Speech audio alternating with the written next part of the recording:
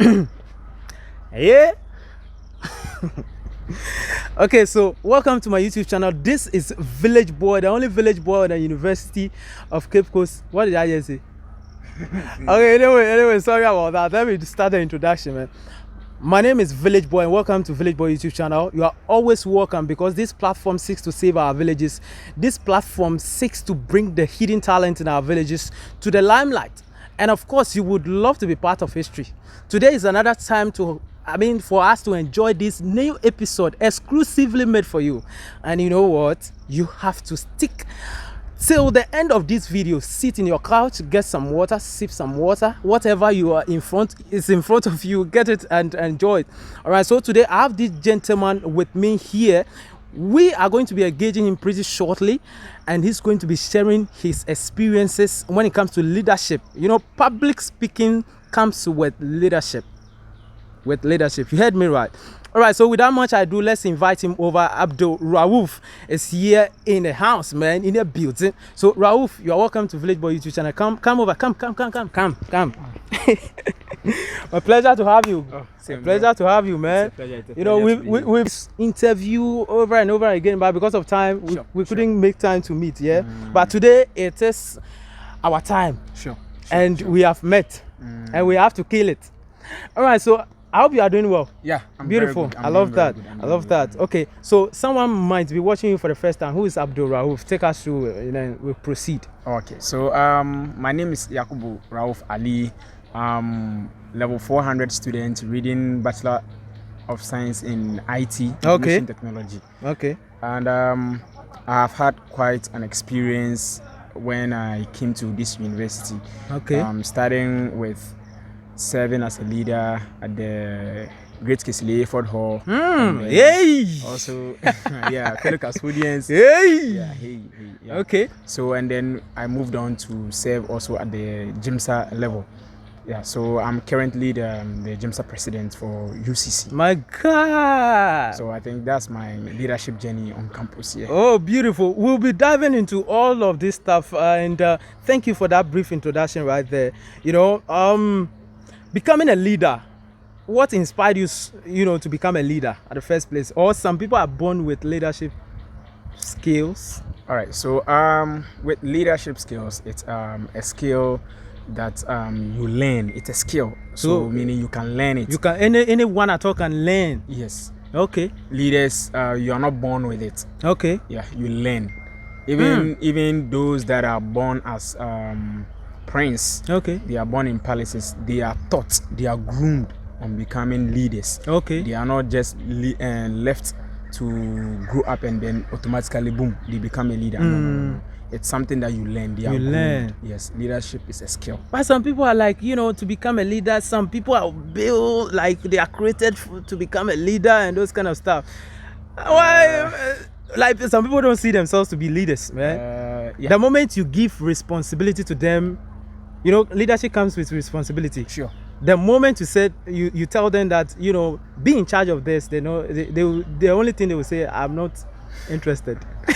Yeah, so the truth of the whole matter is that we all can't be leaders, right?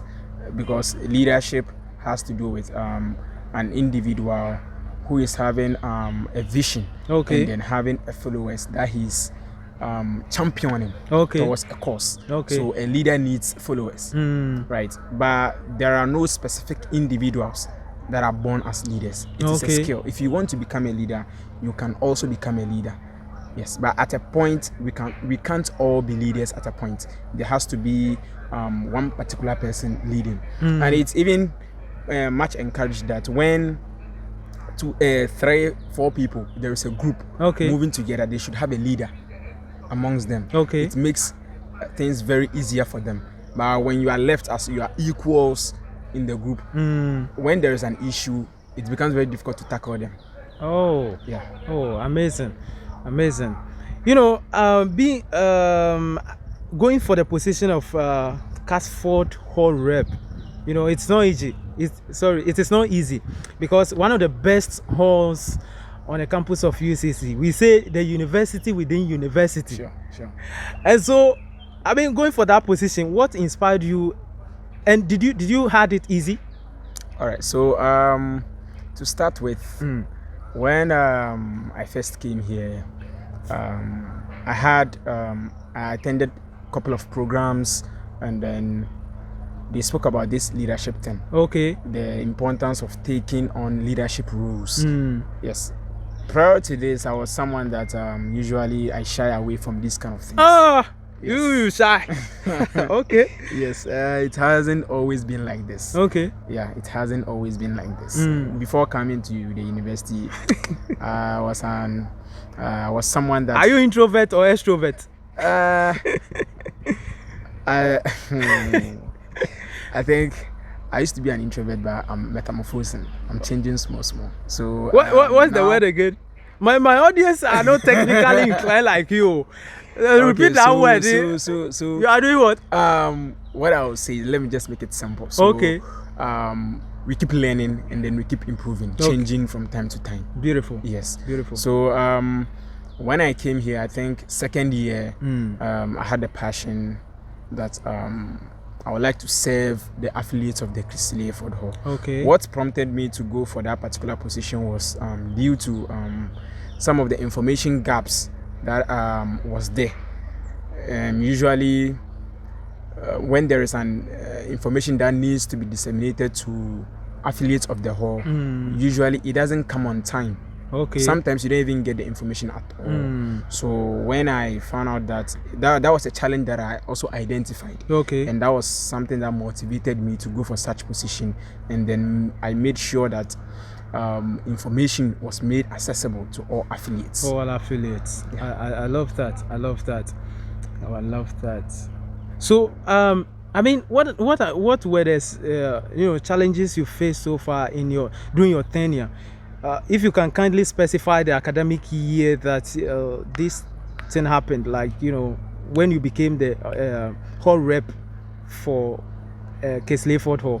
Okay, so I think I was in second year, and so that's the 2020-2021 academic year. Academic year. Yeah, that was the time that we went for the elections. Yes, so in 2021-2022 elections, we served.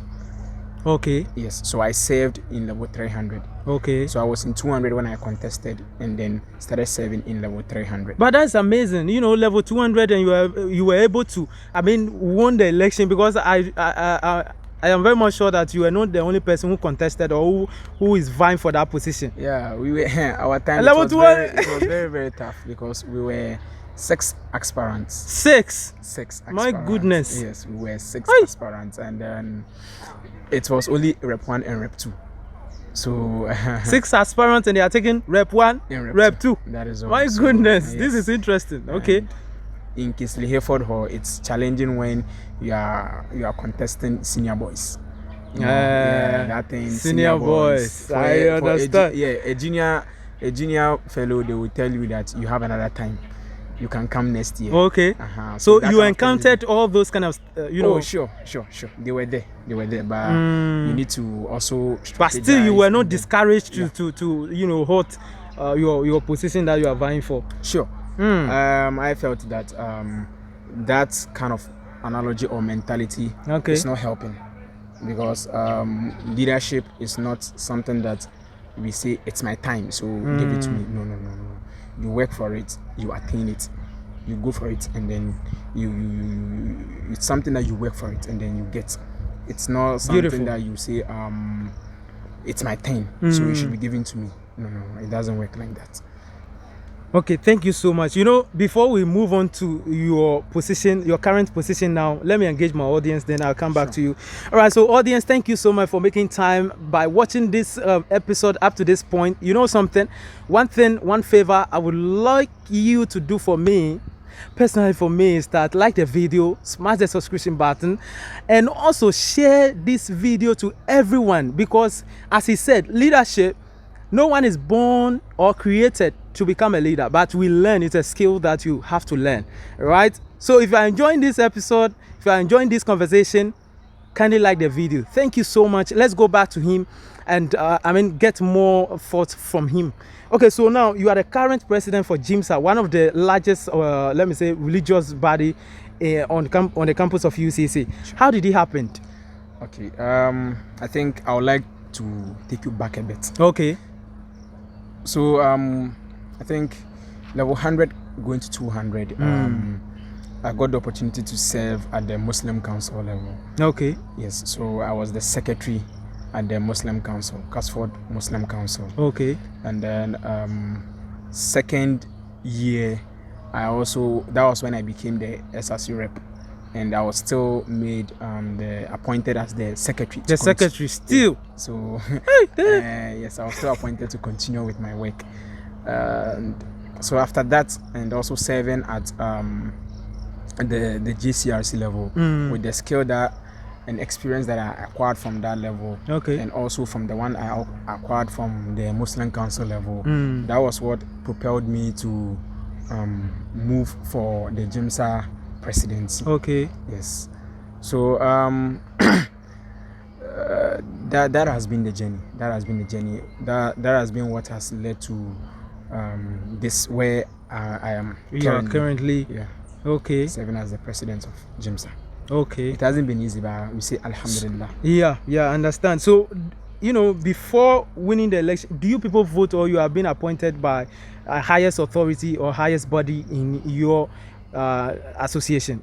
Okay, so it's by election. It's by election. Yes. So there are some positions that are by appointments, but the presidency and then the secretary, the financial secretary, the organizing secretary, and others, they are all based on election. Oh. Yes, they are all based on election. And you've been able to, get a lot of votes like that, and you won. Congratulations, anyway. Someone will also say that, in the University of Cape Coast, academic work is so tight. You were the SRC, what do you call it, rep for Hayford Hall. You are the president for GIMSA, and still you have to, make time for your studies. How has it been? Okay. Because someone will say, no, this guy, are you insane? All right. So it all has to do with time management. Time management. Yes. Okay. Because when you take on the leadership position and you are not able to manage your time, you would end up having challenges. It's two things. It's either you sacrifice the portfolio you are occupying for your academics, or you sacrifice your academics for the portfolio you are occupying. Oh. Yes. So, but when you are able to manage your time very well, you strategize very well, you'll be able to have a balance between the two. Yes. Wow. You can have a balance. Wow. And then with that, it's not easy. Even only the leadership position alone. It's draining. Yeah. There are a lot of things in there. That one, even with that one, you still need to know how to manage your time only in that aspect. And even when it comes to your academics also, you should also know how to manage your time, because you are not doing just a course or something. Yes. There are a lot of courses that you are doing, and assignments and all of you. So it all has to do with time management. Okay. And then also having a priority list. You have to prioritize. At a time when something comes, you need to prioritize what you do, and then what sometimes you need to delegate to people to also do. Wow, that's so beautiful right there. Are you being paid for these positions? No, it's a voluntary work. So it's a voluntary work. It's fi sabilillah. Hey, it's for the sake of Allah. Hey, yeah. You heard him. Yeah, you don't take anything. You don't take any alawa or anything. No, it's just fi sabilillah. Do you think it's necessary to volunteer? Yeah, volunteering is very, very, very important. What are some of the things that volunteering will bring to you? Okay, so you see, there are some organizations that when you are even looking for a job, they look at it's an aspect that you can put in your CV, which would give you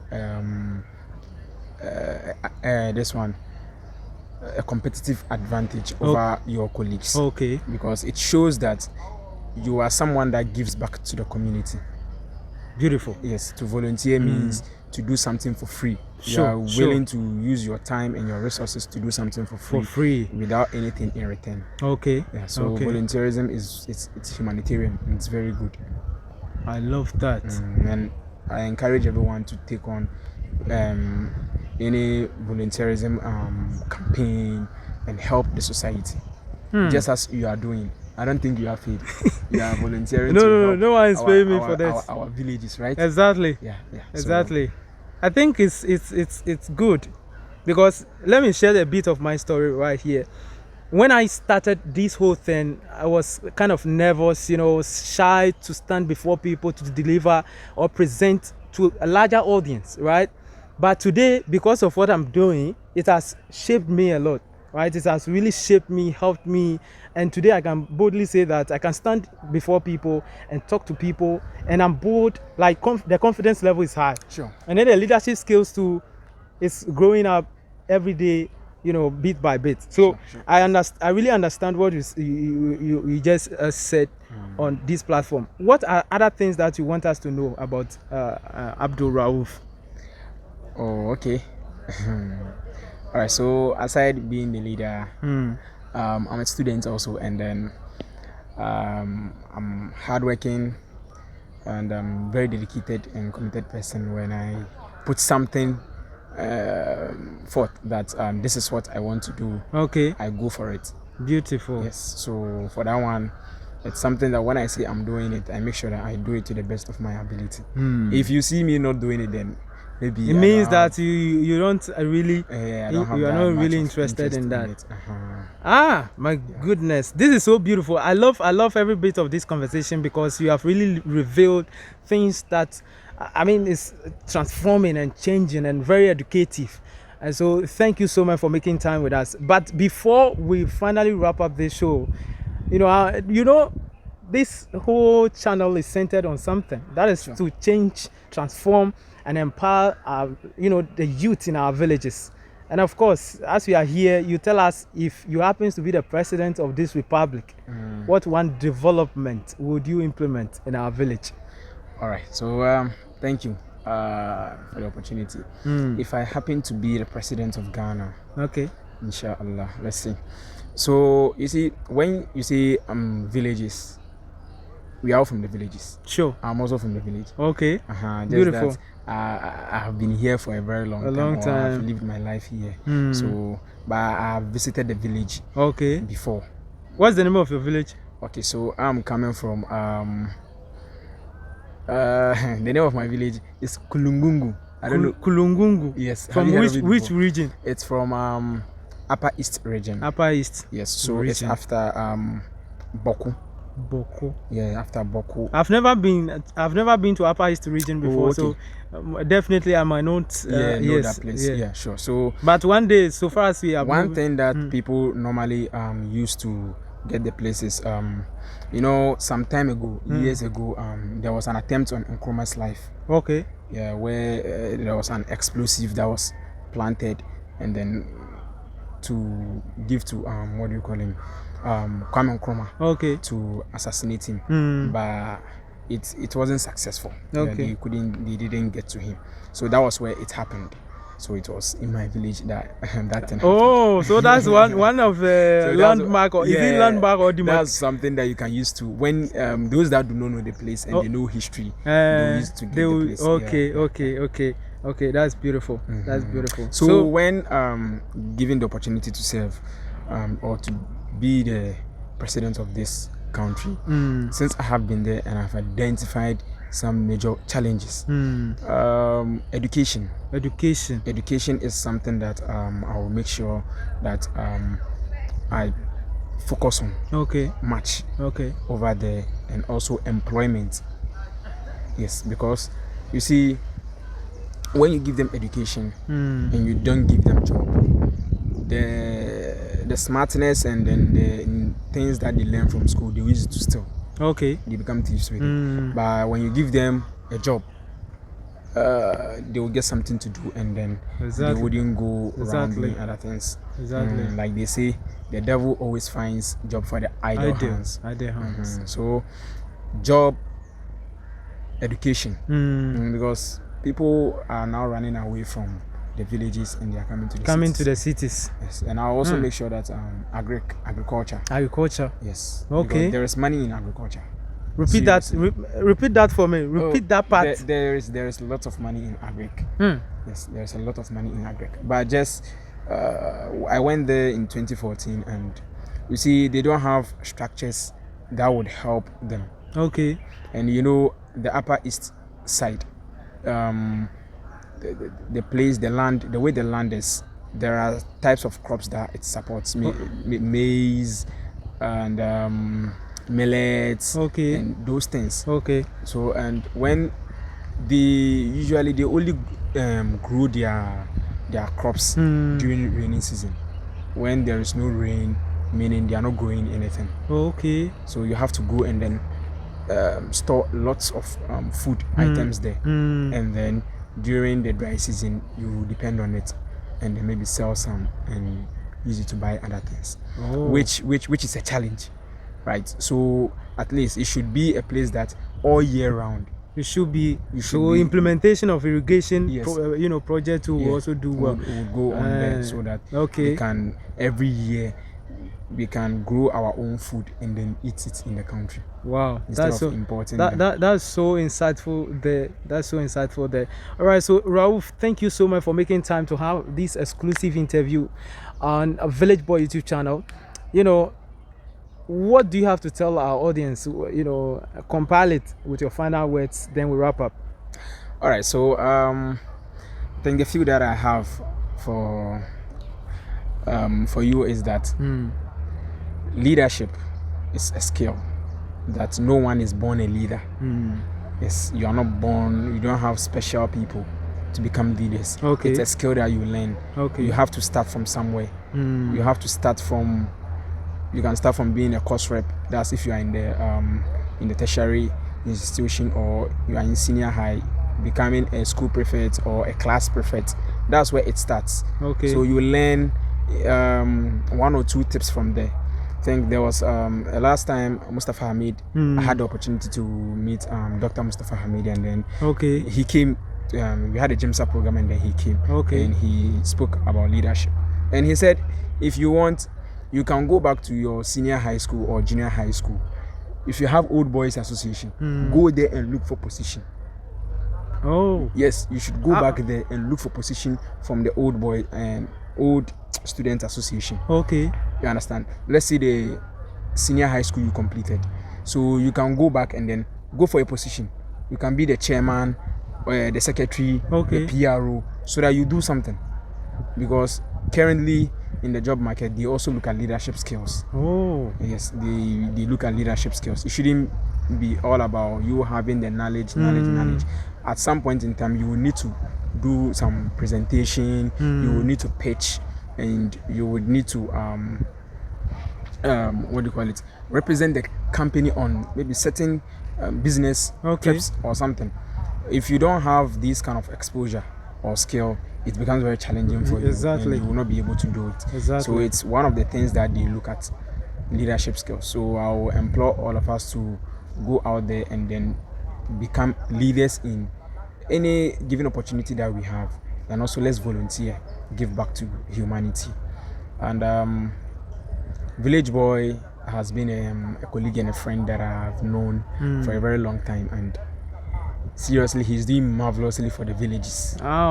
Thank you. He's doing marvelously for the villages. I'm a subscriber. I have been watching his videos for some time, and let's all come together and support Village Bwouy.